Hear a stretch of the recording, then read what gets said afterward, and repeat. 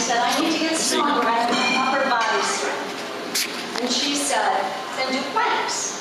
You just start at your body weight. You're holding your body weight. You're going to get stronger. I said, okay. So I started planks.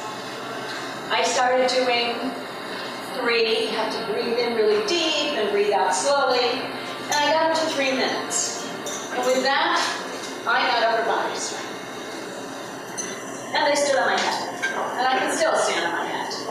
So, the University of Pennsylvania, sorry, that's Pittsburgh, did a study on recreational athletes. And they were aged from like 40 to 81. And they did MRIs on their lean muscle mass, they did strength testing, and what they found was there was absolutely no difference in lean muscle from a 40 to an 81-year-old if you worked out. If you exercise 4 or 5 times a week, you don't lose it. So flexibility has been called the fountain of youth. There is a YouTube video, and this guy's name is Dr. Hedley. He works on cadavers. So he's got this leg, I guess, on a table, and he peels away a muscle. And there's all this slime, and he goes like this, and it melts away. And then he peels another layer, and the slime melts away. This is your fascia. Fascia is your connective tissue that connects every single thing in your body. Your organs, your muscles, everything is connected with your fascia. So the point is, if, when you're sleeping, this is when it builds up and gets a little thicker. If you're sitting all day, it gets a little thicker, then guess what? You can't bend over, touch your toes, you can't twist, you can't bend. It gets very hard. So this is when you lose all your flexibility. So you need to move. So his suggestion was, when you're laying in bed in the morning, before you get out, you stretch. You stretch, you move, you twist, you do all kinds of things. When you get out of bed, all of a sudden, you're not going to have those aches and pains like you did before. And it works because I tried it. It does. There is a, could we all stand up for just a minute if you can without any trouble? If you can't, don't worry about it. We're going to do just a quick lesson in posture here. So I want your feet hip distance apart. I want your shoulders, not military style, just nice straight. All right? Your pelvis tucked a little bit. Now this is perfect posture, all right? You're not like this. What happens when you're round-shouldered like this? You compromise your respiratory, your digestive, and your elimination. But more importantly, you're standing like this, you take all the stress off your lower extremities, off your bones, your joints, your ligaments, so you age less. So it's really, really important to stand up, because it feels good to stand like this and walk like this. So for my next trick, I've got all these things that I'm going to remember because I want you all to know them. All right, when do we start aging? We start aging in our 20s. I know that's hard to believe, but we do. We don't think about it too much, but when we hit 30, you got a little gray hair, you got a little paunch here maybe.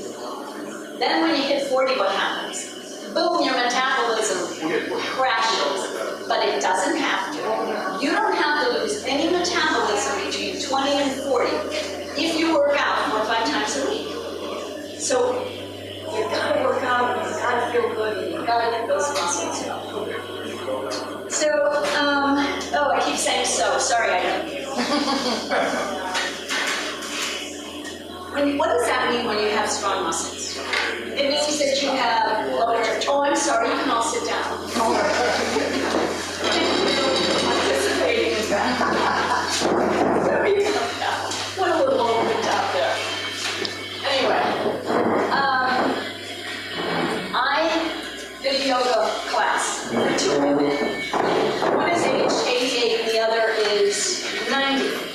And I did a chair yoga class for them. And I started last October.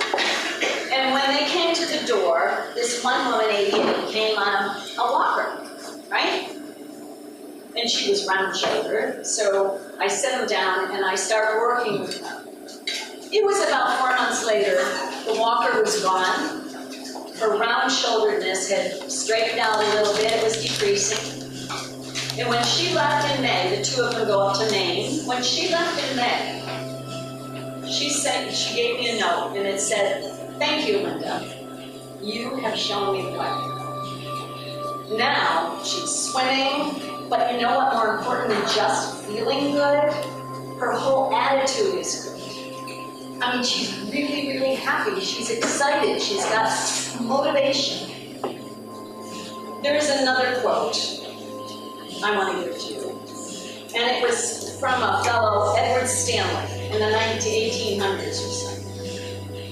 If you feel like you don't have time to exercise, then sooner or later you're going to have to find time for illness. Because exercise has been proven by science, by everybody. This is what keeps you young. There is a doctor, and he is from Johns Hopkins University. And he's the director of their cerebrovascular division. And his quote is, "There is very little difference between an 18-year-old brain and an 80-year-old brain." So you can do this. You, everybody in this room can either reduce the aging, reverse the aging, or just slow it down. So go for it.